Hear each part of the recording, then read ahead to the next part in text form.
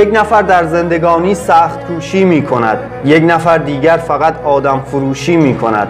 یک نفر با علم و دانش می شود ممتازتر، دیگری با حیله‌اش گردد فقط آغازتر.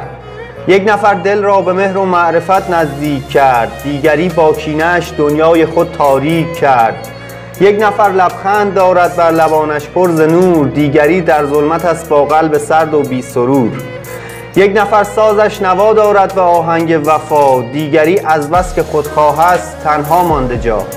یک نفر در سختی و شادی خدا را میزند، دیگری در راحتی همراه شیطان می رود.